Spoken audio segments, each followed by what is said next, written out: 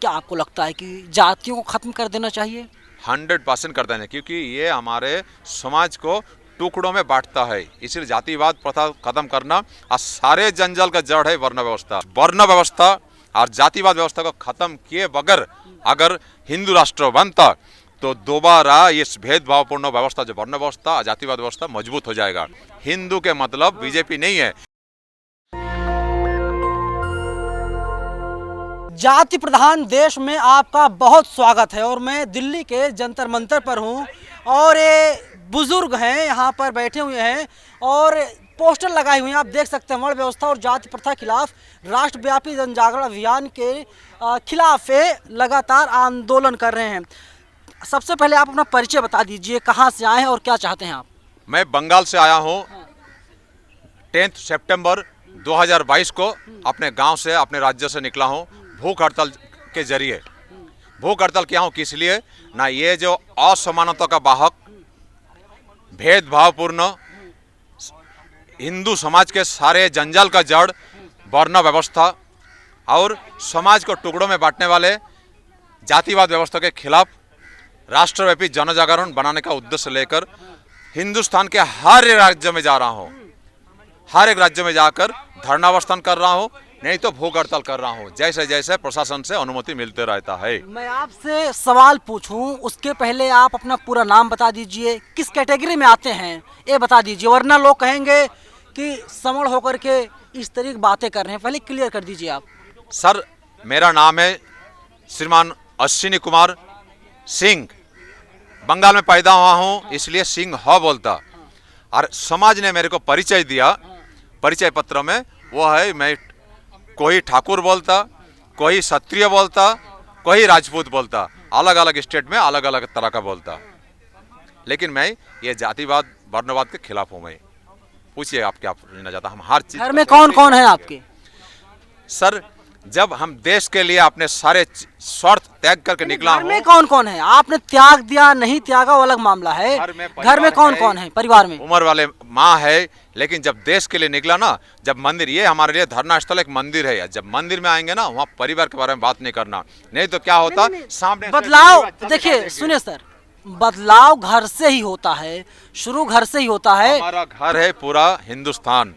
हमारे लिए हर एक नागरिक, हमारा माँ बहन भाई कुटुंबकम, है। वसुधैव कुटुंबकम, ये बातें जो है किताबों में बहुत अच्छी लगती हैं, किताब नहीं, और हकीकत में अच्छी नहीं लगती। किताबों में नहीं, हम दिल से मानता हूँ। आप जो पूछेंगे हम सही सही जवाब देंगे, एक भी झूठ नहीं। बेटी की शादी हो गई है, अगर आप बुरा ना माने तो क्या आप बता सकते हैं बेटी की शादी हो गई कि नहीं? हमने क्या बताया, मैं एक वानप्रस्थ जीवन में अभी चल रहा हूँ, क्योंकि 10 महीने से निकला हूँ। सर आप 10 महीने से निकले, 10 परिवार छोड़कर बाकी बिल्कुल सारी चीज बताइए, हम बताएंगे। एक चीज परिवार के बात नहीं करेंगे, उस विषय में बात करेंगे। 10 महीने से निकले हैं सर। सुनिए सर, सवाल सुनिए। घर जाने का दिल करेंगे। 10 महीने से मैं घर से बाहर हूँ। 10 महीने से निकले हैं। आधा पेट खाना खा के सोया हूँ, ठीक है, आधा दिन खाया हूँ, कभी कभी खाया नहीं खाना, ऐसे हाल से गुजरा हूँ, लेकिन घर नहीं गया हूँ, ठीक है। घर से माँ अभी रो रही, बुला रही, तो शायद एक बार यहाँ से देखने के लिए जाएंगे उनको, क्योंकि अभी बहुत सारे राज्यों में मेरे को जाना बाकी है।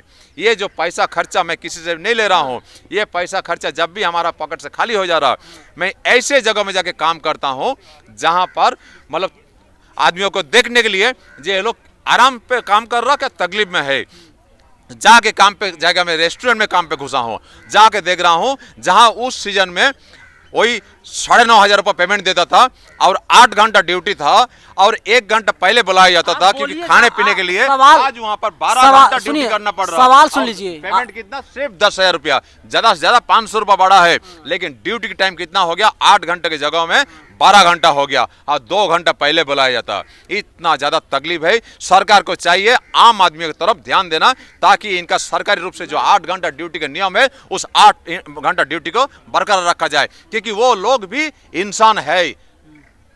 सिर्फ उद्योगपति इंसान नहीं है, ये आम आदमी भी इंसान है। इस बात को सरकार को ध्यान देना चाहिए। मैं कुछ सवाल पूछूं आपसे, अगर आपका आदेश हो तो। जरूर। अंतर जातीय विवाह का समर्थन करते हैं, विरोध करते हैं आप? सर, शादी है एक रुचि का विषय, ठीक है। अगर आप एक सक्षम पुरुष है, एक सक्षम है आप में एक परिवार पालने के लिए, हम आपको बेटी देने में हमारे क्या तकलीफ रहेंगे? तो ये जात पात जब मैं मानता ही नहीं हूँ तो एक जाति वाले दूसरे जाति वाले को मैंने अपना शुरू में बेटी कहा जाति प्रधान देश में आपका बहुत स्वागत है, तो मैं वही पूछ रहा हूँ, फिर से पूछ रहा हूँ कि आप मानते हैं कि नहीं मानते हैं अंतर जाति विवाह को ठीक? मैं तो वही बोल रहा हूँ जात अंतर विवाह वाला तो मतलब एक जात से दूसरे जात। हाँ, हाँ, तो अगर एक जात से दूसरे जात में शादी, घर में ऐसा कुछ हुआ है? ऐसा बहुत हुआ है। अभी कुछ दिन पहले हमारा बहन का बेटी का शादी हुआ दूसरे जात में हुआ, उसमें क्या है? क्या वो करते हैं आप? क्या चार पाव वाला? हाँ, समर्थन जरूर, करते हैं? जरूर। वो क्या चार पाव वाले से शादी दिया क्या? वो दो पाव वाले से दिया, सक्षम है लड़का। हाँ, लेकिन आपने दयानंद सरस्वती जी की तस्वीर लगा रखी है, इधर बाबा साहब की तस्वीर है। वेदों की तरफ लौटो, अगर वेदों तरफ लौट गए तो फिर प्रॉब्लम हो जाएगी। वेदों का तरफ लौटो बोला तो उसमें वो जातिवाद नहीं है, उन्होंने जातिवाद का खिलाफ आवाज उठाया था। प्रॉब्लम हो जाएगी। नहीं नहीं नहीं, वर्ण व्यवस्था हटा दो।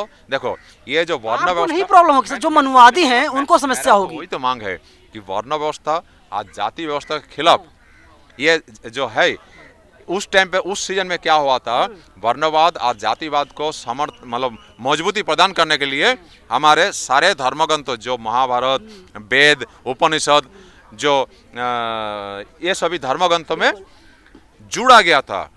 ईश्वर आके कोई लिख के दे के नहीं गया, क्योंकि समाज का उस टाइम समाज के शुभ चिंतकों ने जुड़ा था हमारे धर्मग्रंथों में, क्योंकि समाज को उस टाइम जरूरत पड़ा था। ठीक है, लेकिन आज के दिनों में समाज के भलाई के लिए अगर उसी जो बुराई है उसको खत्म करने के लिए फिर से उस धर्मग्रंथों से हटा दे, बस समाज से हटा दे, अगर वही हमारा शुभ चिंतकों नहीं हटाएंगे तो इसमें किसी को बुरा नहीं समझना सोचना चाहिए। उन्हें क्या कुछ कहेंगे? अगर आजकल लव जिहाद बहुत चल रहा है, पानी जिहाद चल रहा है, गेम जिहाद चल रहा है, मतलब कुछ भी कर लो, अगर मुसलमान करता है तो उसे जिहाद बोल रहे हैं, कैसे देखते हैं आप? सर मैंने अभी सिर्फ एक विषय के ऊपर मैंने सरकार को जगाने की कोशिश कर रहा हूँ, हमारे देश के जनता को जगाने की कोशिश कर रहा हूँ। अगर हमारे को ये बातों में वो बातों में लेके जाएंगे तो आदमी मेरे को धर्म विरोधी बोलेंगे, फिर हम इस काम के ऊपर इस विषय के ऊपर काम नहीं कर पाएंगे। इसीलिए हमारे को एक विषय के ऊपर स्थिर रहने दीजिए, ठीक है ना। उस अभी जो राजनीति है उसको राजनीति रहने दीजिए, ठीक है। राजनीति विषय अलग है और हमारा एक सर टारगेट किलिंग की जा रही है, जाति देखकर, धर्म देखकर, मजहब देखकर लोग मारा जा रहा है इसी देश में। सर देखिए, मैं बार बार आपसे अनुरोध कर रहा हूँ, मैं एक विषय के ऊपर काम कर रहा हूँ, जिस विषय के ऊपर मैंने चर्चा नहीं किया हूँ, रेडी नहीं काबिल तारीफ है, वो काबिल तारीफ है। हम जिस विषय के ऊपर रेडी नहीं हूँ, मतलब रिसर्च नहीं किया हूँ, उस विषय के ऊपर मेरे को इस टाइम बोलना नहीं होंगे, क्योंकि हम बोलेंगे तो उल्टा सीधा बात करेंगे।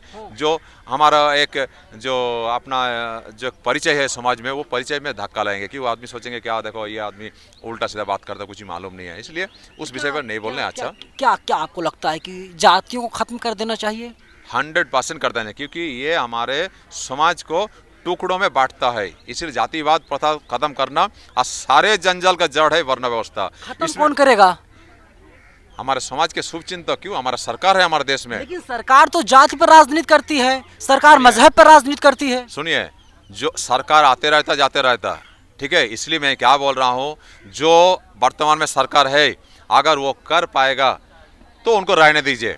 जैसे कश्मीर मुद्दा जैसा एक उतना बड़ा मजबूत जो विषय है उसको उसका समाधान कर दिया, तो वो क्या ये अगर मन में चाहे तो इस वर्ण व्यवस्था जाति व्यवस्था को भी खत्म कर पाएंगे, मेरे को विश्वास है। अगर नहीं कर सकता व नहीं करना चाहता तो हट जाए, कोई दूसरा लीडर रहेंगे। हमारे देश में लीडर का कमी नहीं है, हम को मानते हैं, वो हमारा प्रेरणा है, क्योंकि जो भगवान समान है वो किसी जाति विशेष का, धर्म विशेष का नहीं होता। बाबा साहब ने जो प्रतिज्ञाएं ली थी, क्या आप समर्थन करते हैं उसका? किस तरह का प्रतिज्ञा आप बताइए। कि मैं ब्रह्मा विष्णु महेश की पूजा नहीं करूंगा, मैं मंदिर नहीं जाऊंगा, समर्थन करते हैं आप इसका? कोई एक खास आदमी, उनका खास आपने एक अलग से विचार हो, मतलब ये मंदिर मस्जिद का, उसमें हम बोलना नहीं चाहिए। आप चाहे मैंने क्या बोल रहा हूँ, अगर बाबा साहब जी ने अगर मस्जिद में क्या चर्च में क्या बौद्धिक मंदिरों में जाना चाहता था तो उनका अपना खुद का आत्मा का अलग बात होता, उस ये नहीं, लेकिन एक सामग्रिक रूप में जो उन्होंने विचार उन्होंने व्यक्त किया वो अलग बात है। वो सामग्रिक नहीं है, उन्होंने खुद का बताया कि हम इसमें जाएंगे, जा सकते। हम अगर बोलो कि इस मंदिर में हम नहीं जाएंगे, हम उस मंदिर में जाएंगे, तो कोई पुजारी मेरे को नहीं बोलेंगे क्यों हमारा मंदिर में नहीं आता हो, उस मंदिर में क्यों जाते हो। ये तो यही हो गया ना, मीठा मीठा गप गप, कड़वा कड़वा थू थू। जो सच है वो सच है, मतलब हम राजनीति नहीं करते। मैं वही कह रहा हूँ, जहाँ आपका फायदा होगा तहाँ बाबा साहब का नाम लेंगे और जहाँ पर आपको नुकसान होगा। ऐसा कुछ भी नहीं बेटा, क्या हम किसी को भड़का कर हम आग लगाना नहीं चाहता हूँ, हम समाधान चाहता हूँ। जो लोग आग लगाना चाहता है वो लोग इस तरह का बातों का बात करेंगे, हम समाधान चाहता हूँ। हमारे में दम है, हम तो बोल रहा हूँ, अगर देश का जनता सुजोग दे और हमारे को बोले कि आप इसका समाधान करो, चलो आपको प्रधानमंत्री बनाता हूँ, तो हम प्रधानमंत्री बनने के लिए राजी है। हम सिर्फ इसका क्या, इस तरह का जो भी हमारा राष्ट्रीय मुद्दा है हम उसका समाधान करेंगे। और आज के दिनों में सबसे बड़ा मुद्दा क्या है मालूम? एक तो वर्ण व्यवस्था, जातिवाद व्यवस्था, और कश्मीर का तो अभी समाधान कर दिया वर्तमान सरकार ने, बहुत ही अच्छा काम किया, इसके लिए उनको धन्यवाद है। और सबसे बड़ा मुद्दा है जनसंख्या, हम इस पर जरूर हम काम करेंगे। हिंदू राष्ट्र देखिए, हिंदू राष्ट्र बनाने का बड़ी जबरदस्त से अभी चर्चा चल रहा। हिंदुओं के लिए इससे बड़ी खुशी की बात क्या हो सकता, मगर इस वर्ण व्यवस्था और जातिवाद व्यवस्था को खत्म किए बगैर अगर हिंदू राष्ट्र बनता तो दोबारा इस भेदभावपूर्ण व्यवस्था, जो वर्ण व्यवस्था, जातिवाद व्यवस्था मजबूत हो जाएगा। इसीलिए अगर मैंने बताया, अगर हिंदू राष्ट्र बनता, उससे पहले सरकार को क्या करना चाहिए, हो ना हो हिंदू राष्ट्र, लेकिन वर्णवाद व्यवस्था, जातिवाद व्यवस्था को जरूर खत्म करे सबसे पहले। सारी राजनीति उसी पर हो रही है। मोदी जी कहते हैं मैं ओबीसी हूँ, ओबीसी माँ का बेटा हूँ, जेपी नड्डा साहब इसको भुनाने की कोशिश करते हैं, तो आप कैसे कह सकते हैं कि जातियों को खत्म कर दिया जाएगा? सर, मेरे को राजनीति करने वालों से कुछ नहीं है लेना देना। तो राजनीति करने वालों से लेना देना नहीं है, लेकिन वही लोग बदलेंगे समाज को, वही लोग समाज को आईना दिखाते हैं। सरकार, आज ये सरकार है, देखिए, बीजेपी का मतलब हिंदू के मतलब बीजेपी नहीं है। हाँ। हिंदू के मतलब बीजेपी नहीं है। जो भी सरकार हमारा देश के राष्ट्रीय मुद्दे पर काम करेगा, हिंदू धर्मावलंबी उसी तो बीजेपी जो है देशभक्त पार्टी है, देश के लिए काम कर रही है। मैंने क्या बताया, मैंने एक ही बात में बता रहा हूँ, मैं किसी के खिलाफ बात नहीं करूंगा। मैं क्या बोल रहा हूँ, हिंदू के मतलब बीजेपी नहीं है। जो हमारा देश के राष्ट्रीय मुद्दे पर बात करेंगे, हिंदू उसी को वोट प्रदान करेंगे। चलिए, इनकी अपनी राय है और ये जातिवाद के खिलाफ सड़कों पर निकले हैं, दिल्ली के जंतर मंतर पर अकेले बैठे हुए हैं और कह रहे हैं कि सरकार जातियों को खत्म कर दे, तभी हमारे देश का भला हो पाएगा। लेकिन सवाल वही है कि भारत हमारा जाति प्रधान देश है, तो यहाँ पर जातियों पर राजनीति होती है, यहाँ पर मजहब पर राजनीति की जाती है। तो सवाल यही है कि जातियों को आखिरकार खत्म कौन करेगा। अब आप देख सकते हैं मेरे बाएं हाथ की तरफ बाबा साहब अम्बेडकर की तस्वीर है और मेरे दाहिने हाथ की तरफ दयानंद सरस्वती जी की तस्वीर लगाई गई है और इनकी जो मांगे हैं उसको इस पर लिखा गया है। लेकिन पूरी बातचीत पर आपकी क्या राय, आप लोग हमें ज़रूर बताइएगा। कैमरा पर्सन आशीष के साथ मैं नवीन कुमार नंदन, नेशनल दस्तक, जंतर मंतर, दिल्ली। नेशनल दस्तक की आपसे गुजारिश है कि अगर इसको बचाना चाहते हैं तो नेशनल दस्तक को सब्सक्राइब करने के लिए रेड कलर के सब्सक्राइब बटन को दबाएं, फिर बेल आइकन की घंटी दबाएं। नेशनल दस्तक को बचाने के लिए बहुत जरूरी है कि हर खबर को शेयर करें, लाइक करें, कमेंट जरूर करें।